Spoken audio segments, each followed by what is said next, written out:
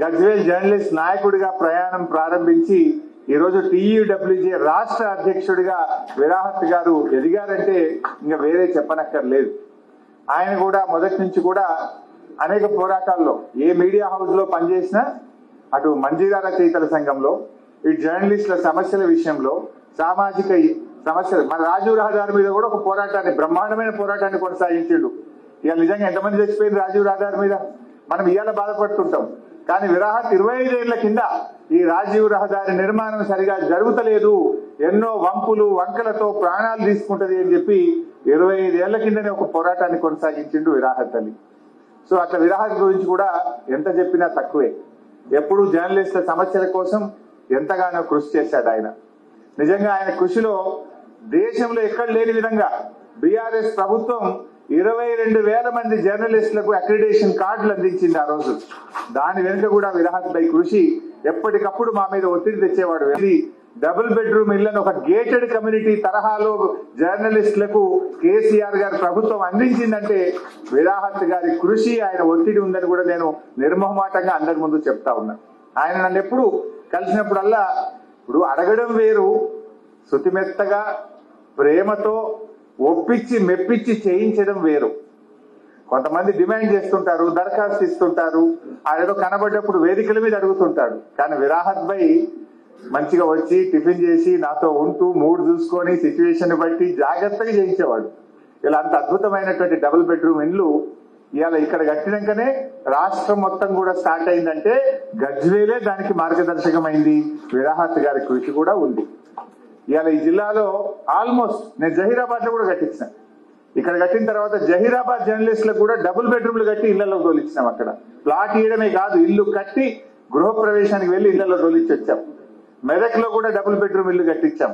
అట్లా అనేక చోట్ల ఇంటి స్థలాలు ఇచ్చాం, ఇల్లు కూడా కట్టించింది గతంలో ఉన్న బీఆర్ఎస్ ప్రభుత్వం. రామలింగాన్ని కూడా గుర్తు చేసుకోవాలి. గజ్వేల్ ప్రెస్ క్లబ్ కు సోలిపేట రామలింగారెడ్డి గారికి కూడా అవినాభావ సంబంధం ఉంది.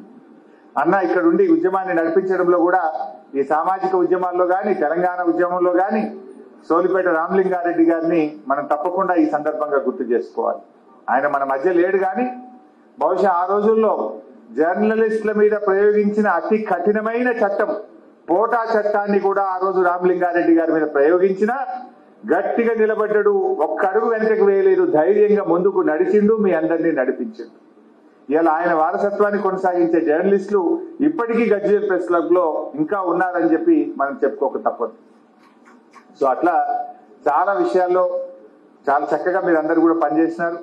ఆనాడు కేసీఆర్ గారు కూడా ఐ థింక్ రూరల్ జర్నలిస్టులకు బస్ పాస్లు అంటూ ఇచ్చింది కేసీఆర్ గారు రాష్ట్ర రవాణా శాఖ మంత్రిగా ఉన్నప్పుడే. రూరల్ జర్నలిస్టులకు బస్ పాసులు తెచ్చే విప్లవాత్మకమైన మార్పు కూడా దేశంలో ఫస్ట్ టైం కేసీఆర్ గారే మన రాష్ట్రంలో తేవడం జరిగింది. సో అట్లా ఎన్నో కొన్ని చేసుకున్నాం.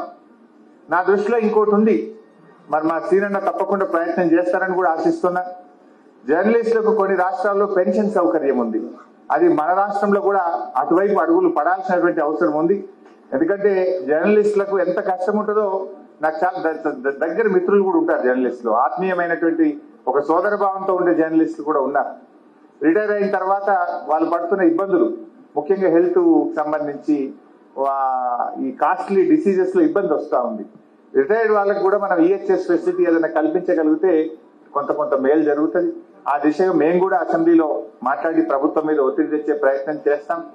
గతంలో కేసీఆర్ గారు 100 కోట్ల రూపాయలతో ఒక జర్నలిస్ట్ సంక్షేమ నిధి పెట్టి దాదాపు 50-60 కోట్లు కూడా ప్రెస్ అకాడమీకి అందించి అనేక సేవా కార్యక్రమం, కరోనా సమయంలో చనిపోయిన జర్నలిస్టులను ఆదుకోవడం కానీ, వాళ్ళ పిల్లల్ని ఆదుకోవడంలో కానీ, పెన్షన్ సౌకర్యంలో కానీ కొన్ని కార్యక్రమాలు ఆనాటి ప్రభుత్వం చేపట్టింది.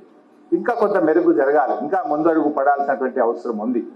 జర్నలిజంలో కూడా చాలా ఛాలెంజెస్ వస్తా ఉన్నాయి. ఈ యూట్యూబ్లు వచ్చిన తర్వాత అసలు ఎంత కష్టమైపోయిందంటే జర్నలిస్టులకు కూడా కత్తి మీద సామైపోయింది. ఇప్పుడు రేపటికి వార్త ఈ గంటకే ప్రాధాన్యం అయిపోయింది, ఈ నిమిషానికే ముఖ్యమైపోయింది. ఈ గంటలో అది సోషల్ మీడియాలో మొబైల్స్ పోయిన తర్వాత రేపటి దాకా ఆ వార్తకు ప్రాచుర్యం ఉండట్లేదు, ఆ వార్తకు విలువే ఉండట్లేదు. అది పాతబడిపోతుంది. తెల్లారి పేపర్ చూసే వరకు అప్పటికే అది ఊరంతా చుట్టేస్తుంది అది.